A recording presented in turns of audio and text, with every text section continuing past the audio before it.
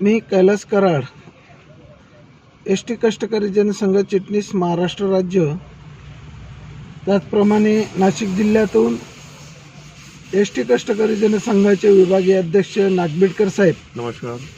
आणि आम्ही दोघंही एस.टी. कामगारांना कालच्या प्रकरणावरती आणि कामगारांच्या मनातल्या विचाराशी सहमत होऊन आज आम्ही दोघंजण जो लाईव्ह आपल्यासमोर ठेवत आहे तो कामगारांनी चांगल्या प्रकारे त्याचं विश्लेषण करून स्वतःच्या मनावरती आपल्याला पुढे काय करायचं, कसं करायचं आहे या संदर्भात विचारविनिमय करण्यासाठी हा लाईव्ह आम्ही तुम्हाला पाठवत आहोत.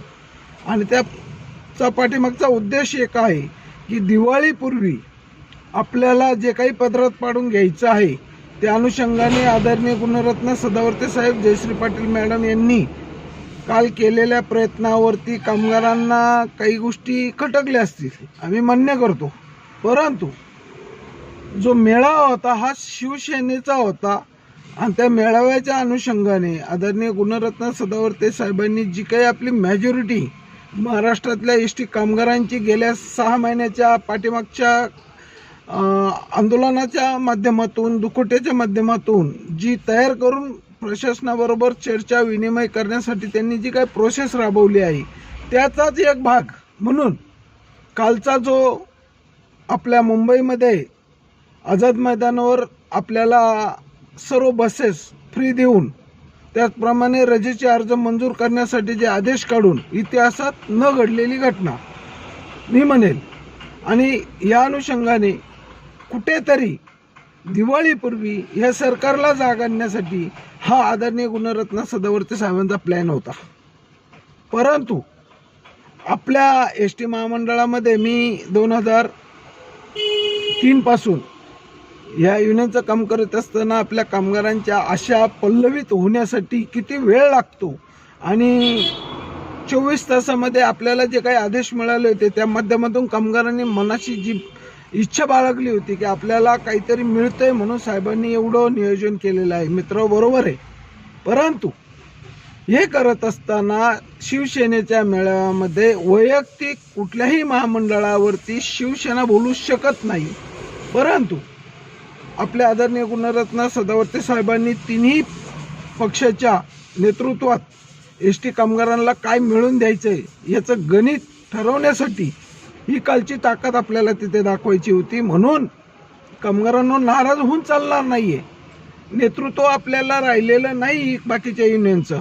परंतु माझं स्वतःचं मत आणि आदरणीय नागबीडकर साहेबांचंही स्वतःचं मत आम्ही दोघांनी विचार विनिमय करून हा व्हिडिओ बनवला.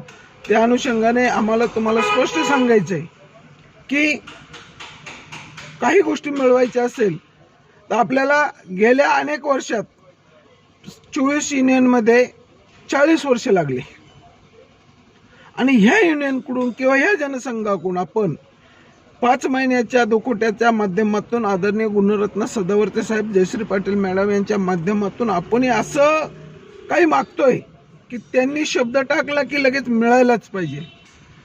मला सांगा 40 वर्षामध्ये आपल्याला कामगार करार सोडून काही मिळालेलं नाही. मग साहेबांकडून आपण राज्य शासनाचं विलिनीकरण करण्यासाठी तुम्ही एका वर्षात जे मागताय, मराठा समाज किती वर्षापासून काय मागतोय? आरक्षण मागतोय. त्यांचं सक्सेस नाही होऊ राहिलं.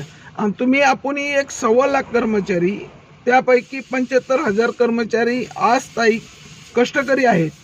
यांच्यासाठी कुठलंही सरकार एवढं गांभीर्याने आपल्यावर लक्ष देणार नाही. परंतु सदावर्ते साहेबांचं अल्टिमेटम दिवाळीच्या आधी 4 दिवसाचं जे होतं त्यामुळे महाराष्ट्रातून सर्व नेत्यांना त्याचा धाक पोचलेला आहे.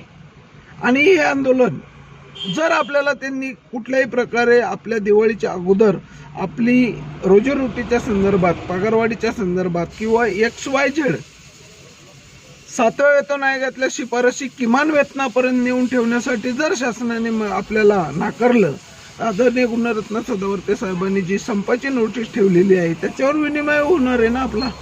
6 तारखेपर्यंत तर वाट बघा तुम्ही. त्या अनुषंगाने कालच्या प्रकरणावरून सदावर्ते साहेबांना एवढं बोलताय.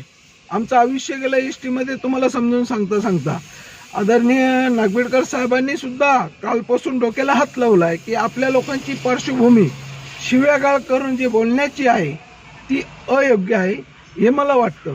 म्हणून मी त्यांना विनंती केली की आपण आपल्या डोक्यावरती बर्फाचा खडा ठेवून कामगारांशी संबोधित करताना त्यांना व्यवस्थित मार्गदर्शन करा आणि या अनुषंगाने आम्हाला पुढे कशा प्रकारे साहेबांशी विचारविनिमय करून ह्या वेतन आयोग असेल किमान वेतनाच्या टप्प्यामध्ये एस टी कामगारांना घेऊन जायचं असेल याच्यावरती साहेबांचा अभ्यास चालू असताना आम्ही जो अभ्यास केलेला आहे त्या अभ्यासाच्या अनुषंगाने आम्ही तुम्हाला सांगतोय एस टी कामगारांनो, आता तुम्ही जर सदावर्ते साहेबांना जर नाव ठेवून कुठे तुम्ही नाराज होत असाल, ठीक आहे ना, तुम्हाला कुठला त्रास झाला, तुमची रजा मंजूर झाली, तुम्हाला आयती बस मिळाली होती, माझं मत होतं की महाराष्ट्रातून हा आदेश निघाल्यानंतर अख्खे डेपो बंद राहिले असते तरी चाललं असतं, सरकारला आपली ताकद दिसली असती.